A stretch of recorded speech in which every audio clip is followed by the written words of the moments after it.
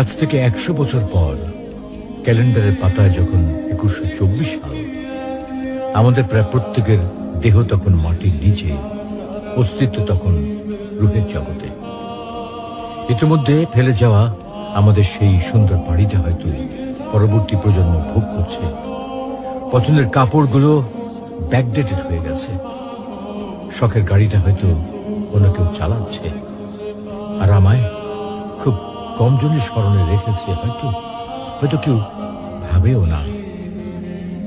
হাতে তাদের সময় নেই, যাদের জন্য এত কিছু করতে করতে নিজের জীবনটাই শেষ করে দিয়েছিলাম। আচ্ছা আচ্ছা, বাস্তবতার এই জীবনে আপনি আপনার দাদার দাদাকে কতবার স্মরণ করেন?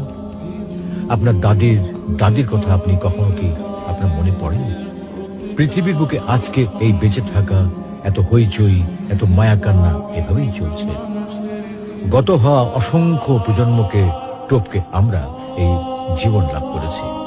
তেমনিভাবে আগামীতে অসংখ্য প্রজন্মের ভিড়ে হারিয়ে যাবে আমাদের এই জীবন।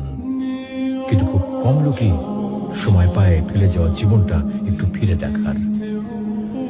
বাস্তবতা হচ্ছে এই জীবনটা